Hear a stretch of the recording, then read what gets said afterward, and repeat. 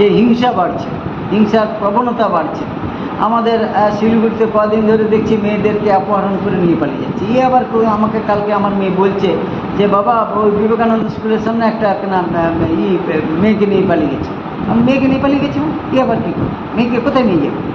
বলে বিভিন্ন রকমের আজকে প্রলোভন, বিভিন্ন রকমের আজকে যে প্রবণতা মানুষের মধ্যে বাড়ছে, এগুলো মানসিক তাদের একটা কি বলবো অবক্ষয়ের জন্য হচ্ছে। নেতিবাচক ভাবনা কিভাবে মানুষকে মানসিক রোগী তৈরি করে দেয়?